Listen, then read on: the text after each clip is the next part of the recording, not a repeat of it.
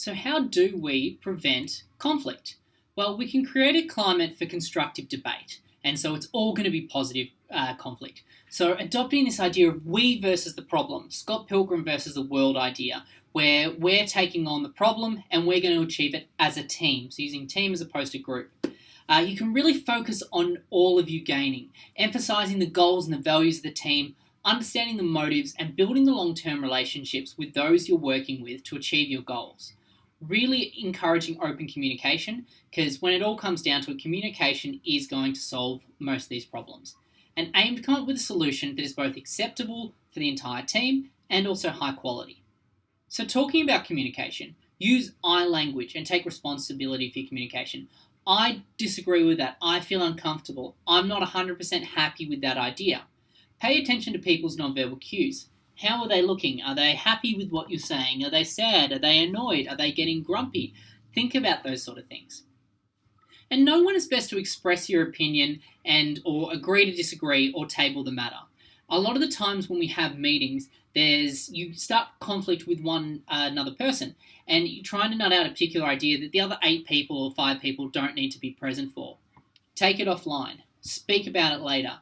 Table the matter. All those things allow the conflict to be avoided for that moment and picked up in a more appropriate setting. The final thing there around preventing conflict is managing others' expectations.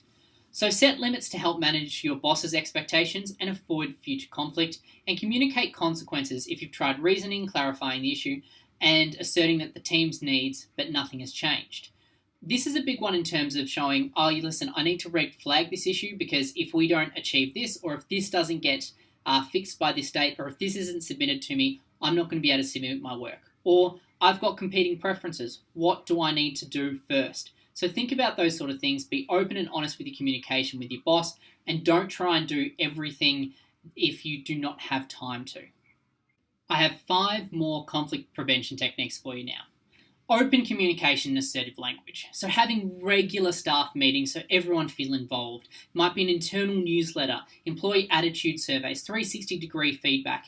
Any sort of method that you can think of that you've been taught in any of your HR classes or OB or change or communication in terms of how can we communicate the message and making sure everyone's on the same page. A great way of doing that is team building. So things by setting clear objectives, developing shared goals, establishing team norms, understanding the ways in which teams progress.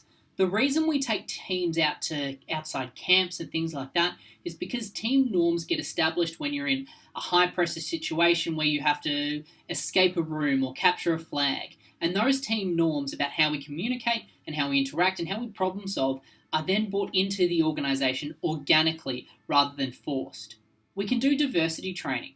So we can look at self-awareness of personal prejudices and stereotypes, how we value differences, and understand and reduce discrimination. And there's plenty of that in other units at Monash University, and I highly suggest that you take that on board.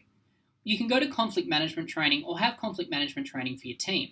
So this allows you to handle conflict constructively, respect the legitimacy of other people's points of views, feelings, and perceptions, and listen actively.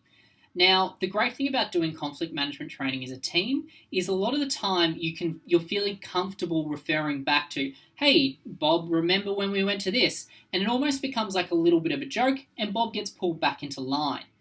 The other thing is managing other people's expectations, so including setting limits and consequences if things haven't come out.